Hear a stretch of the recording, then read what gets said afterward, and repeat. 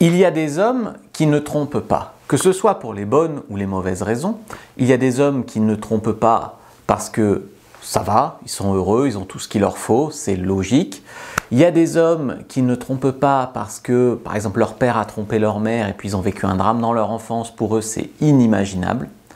Il y a des hommes qui ne trompent pas parce que trop de culpabilité, trop de morale, alors qu'ils sont quand même insatisfaits, qu'ils ont des problèmes, mais ils tromperont jamais.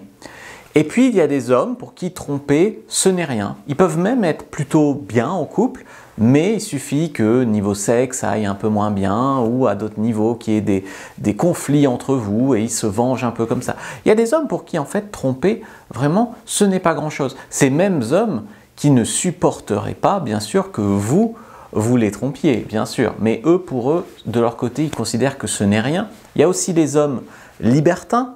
Les hommes libertins, eux, en fait, ils aimeraient bien même que vous alliez avec eux et que tout le monde s'amuse. Vous voyez, ils ne comprennent pas pourquoi les femmes, dans leur point de vue, les femmes s'amusent quand elles sont célibataires, puis dès qu'elles sont en couple, elles ne s'amusent plus, elles gardent tout pour elles, ne veulent pas partager, et puis au final, ça fait que tout le monde, d'après leur point de vue, tout le monde est renfermé sexuellement, alors que quand on est célibataire, tout le monde s'amuse. Ils trouvent que c'est dommage en fait que la vie sexuelle s'arrête avec le couple, pour eux en tout cas, ou qu'elle soit cloisonnée au couple.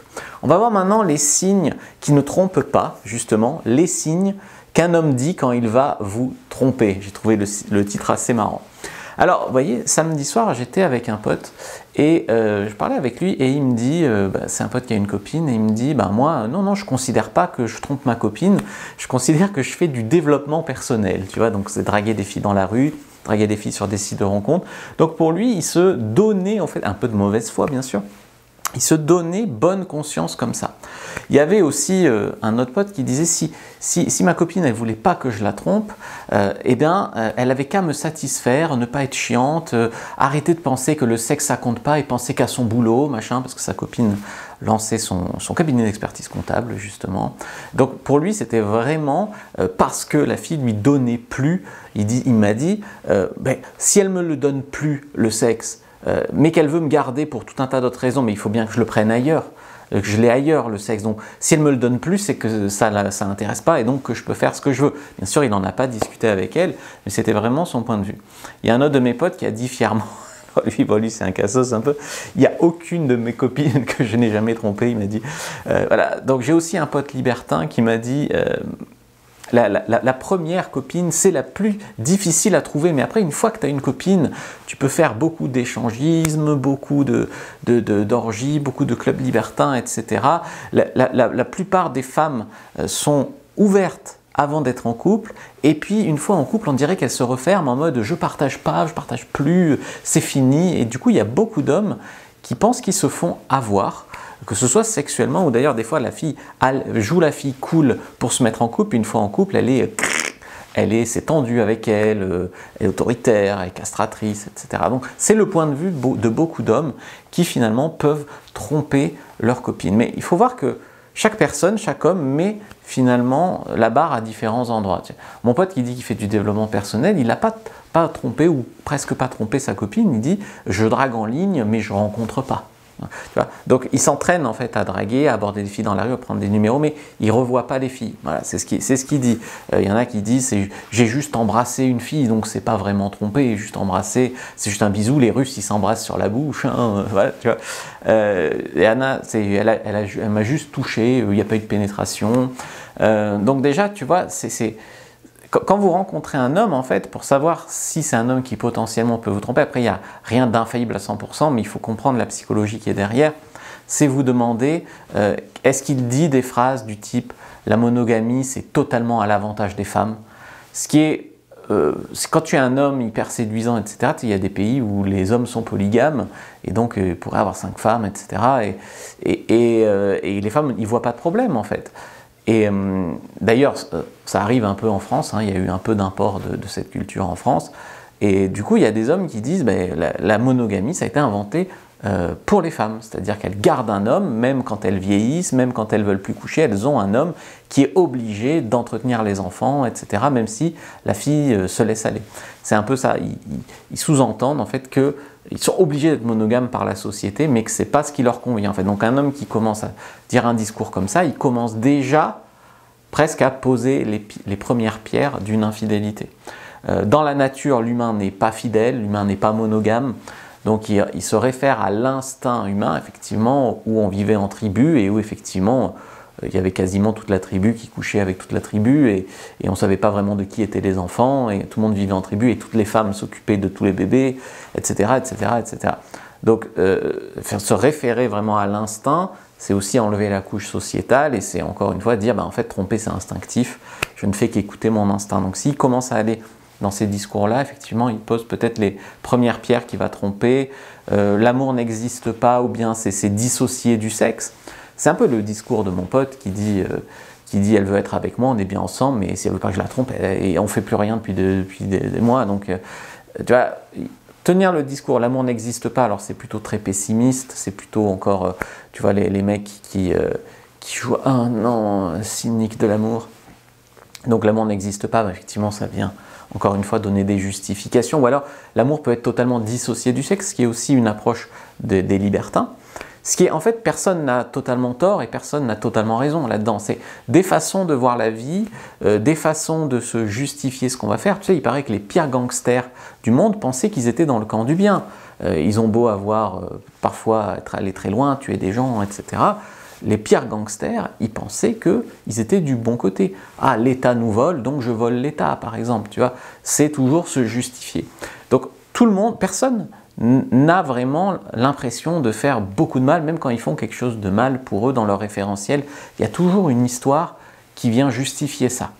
Et puis, alors, il y a des gens, des fois, qui ont fait rien du tout et puis qui culpabilisent, prisonnier vraiment d'énormément de morale.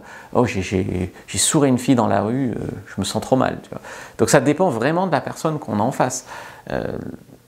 J'ai peur de te faire perdre ton temps. Ça, c'est une phrase qui aussi explique vraiment que l'homme va probablement tromper la fille. J'ai peur de te faire perdre ton temps. Qu'est-ce que tu fais avec moi? Je ne suis pas sûr de vouloir m'engager. C'est un peu, je t'aurais prévenu. Les hommes qui finalement ne veulent pas vraiment nommer la relation, ne veulent pas parler d'exclusivité sexuelle, ils n'ont pas l'impression de tromper. Ou alors il y a aussi des hommes qui vous ont prévenu. Je ne veux pas de couple, j'ai l'impression que ça va pas le faire nous deux, tu vas perdre ton temps. Hop, ça justifie qu'ils cherchent en fait ailleurs. Tu vois. Ça justifie à leurs yeux, encore une fois. Donc ensuite, tu as envie d'essayer le libertinage. Donc c'est pas en fait que forcément il va te tromper. Le mec qui propose du libertinage, des fois, c'est pour justement pouvoir avoir une certaine satisfaction sexuelle, probablement qu'il ne trouve plus dans son couple, ou alors c'est pas de la satisfaction sexuelle, c'est l'excitation. Donc l'adrénaline peut être par faire de nouvelles rencontres, il la trouve plus mais il tient quand même à sa copine, donc il lui propose pour ne pas la tromper de le faire ensemble. Et des fois les femmes disent mais est-ce que c'est un test, il me propose de faire ça, si je dis oui il va me quitter, c'est probablement si tu dis non qu'il va te quitter parce que il va se sentir vraiment très prisonnier. Alors, comme quoi des fois les femmes font des contre-lectures des intentions des hommes. Ça serait tester une fille sur le libertinage en lui disant tu veux faire du libertinage, si elle dit oui tu la quittes, ça serait extrêmement tordu. Tu vois, donc ça, normalement c'est pas ça. Mon pote trompe sa copine, pourtant ils sont heureux ensemble, c'est parce qu'il la trompe qu'il continue à la désirer. Il y a des discours vraiment comme ça. D'ailleurs, même chez les femmes, hein, il y avait une fille qui a écrit un livre, c'est « Je t'aime donc je te trompe ». Tu vois, donc, c'est pas que les hommes, on pourrait jeter la pierre vraiment sur les hommes, mais c'est pas que les hommes, évidemment. Ou alors, un mec qui dit j'ai besoin de temps pour savoir ce que je veux, je me sens un peu étouffé, je dois réfléchir. Et puis si en plus il dit j'ai un déplacement pro, je vais devoir partir quelques jours, je pars en vacances avec des potes, voilà, ce genre de truc. Si juste avant en fait de partir, il provoque une dispute ou il dit ah ben en fait on va faire un break ou tu vois ce genre de choses, ça pose effectivement probablement les premières pierres de l'infidélité. Nous deux, c'est plus comme avant, c'est plus comme au début, j'ai besoin de respirer, j'ai besoin d'un break, j'ai besoin de faire le point de mon côté. Tout ça, c'est souvent quand ils ont une autre fille en vue, des fois ils posent ça, ou alors il veut savoir, tu seras pas là de quand à quand exactement, c'est quoi les dates? Voilà. Ou alors, je me sens plus beau, faudrait que je redevienne sexy. Alors pourquoi il veut redevenir sexy? Bah, probablement parce que bah, en couple, il se sent plus désiré en fait par vous, donc il sent aussi que les autres femmes, il est un peu empâté, voilà. Donc il veut redevenir sexy pour se ressentir désiré, parce que peut-être que la fille lui montre plus qu'il est désiré. Mais ça aussi, c'est probablement qu'il doit ressentir ailleurs qu'il est désirable. Et donc comme la fille ne lui donne plus, la fille avec qui il est, peut lui donner beaucoup d'autres choses, du confort, de l'habitude, de l'affection, mais plus ça, eh bien il commence à vouloir faire ça. Je ne sais pas si je veux un couple, vivons le moment présent. Donc tous les mecs qui ne savent pas s'ils veulent un couple, pourquoi tu me fliques tout le temps, pourquoi tu regardes dans mon téléphone? Ouais. Alors les mecs qui défendent leur téléphone comme si c'était des secrets dedans, c'est jamais vraiment très bon signe. Hein.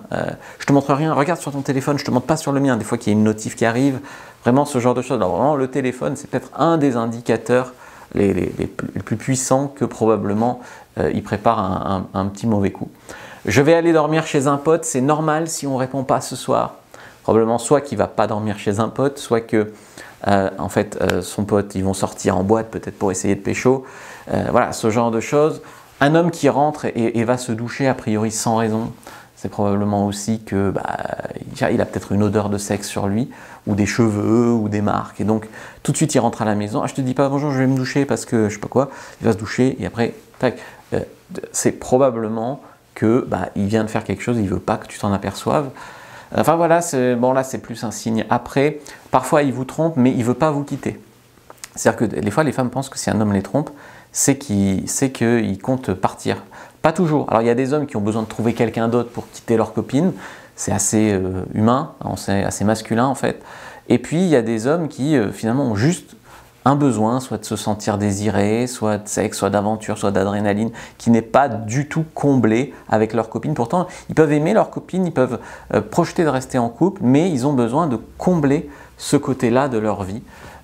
Il y a des hommes qui restent juste le temps de trouver mieux, mais c'est pas toujours le cas. Un homme peut tromper une fille et quand même projeter de rester avec elle. C'est juste qu'il y a Alors, il y a les mecs qui vont tromper sur une opportunité ou sur une soirée bourrée. Bon, ça compte moins qu'un homme qui prémédite, qui trouve des excuses, etc. Mais il y a des hommes qui ne veulent pas quitter leur meuf, pourtant ils vont la tromper. Et parfois, il y a un homme qui, en fait, dans le couple, la libido s'endort. J'en parle dans ma formation Pimenter sa vie sexuelle. Dans le couple, la libido, des fois, elle s'endort. Et en fait, le mec, quand il a une maîtresse ou quand il couche ailleurs, ça relance sa libido et après, il couche plus avec sa copine, tu vois. Donc ça aussi, ça peut être... Alors c'est un effet positif d'un truc négatif. Donc ça arrive aussi, c'est pour ça que l'infidélité, alors bien sûr, sociétalement, on est obligé de dire c'est mal, c'est le mal, machin. Mais si on va un petit peu plus loin, on voit qu'il y a des causes, qu'il y a des raisons, qu'il y a des tenants, des aboutissants, qu'il y a des choses peut-être à rectifier. Voilà, donc je vous ai fait une fiche sur l'infidélité, donc notamment les signes, etc. Prenez-la, premier lien dans la description de la vidéo, lien en commentaire épinglé, et puis regardez une autre vidéo que je vais vous afficher ou sur la chaîne en rapport avec ce thème-là. Comme ça, vous allez pouvoir aller plus loin sur ce sujet. Je vous remercie d'avoir regardé jusqu'au bout. Cliquez, prenez votre fiche.